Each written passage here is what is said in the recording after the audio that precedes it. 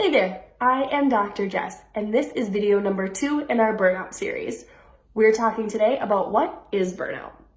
Broad brushstrokes, burnout is constantly feeling swamped because you have excessive and prolonged physical, mental, or emotional stress.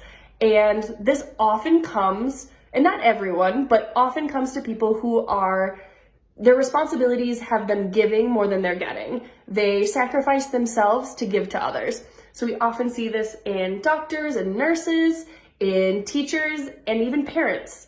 So while not exclusively towards that group, we often see people with those characteristics seeing burnout more often.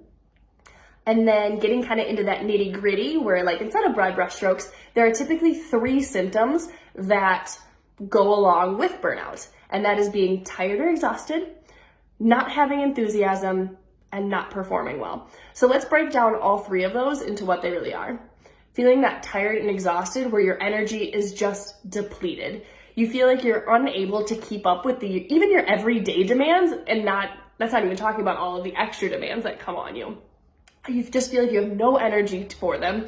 And this often turns into physical pains. So that can be things just like fatigue, which is really obvious, or like everything's a little bit achy, or maybe you're getting stomach pains and GI issues, an increase in headaches, and then it often leads to insomnia where you're just not sleeping quite as well as it could, and that just being tired and exhausted leads your body to just feel like it's not doing well and just not working like it should.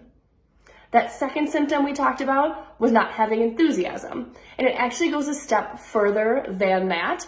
It's actually an increase in negativity and cynicism. So everything that happens just seems to be like, oh, it's the worst. I just have no positive outlook on it.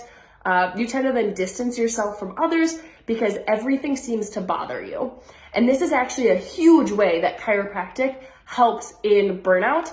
Is we're obviously not going to decrease that stress that's coming at you, but we can decrease your body's reaction to that stress and have you handle it a little bit better. If you are having that distance and you just feel no enthusiasm, sometimes you often feel numb too, where you're like, man, I can't care about all of this stuff, so I just kind of have to block it out. The third symptom we see is not performing well, not performing like you should or you could.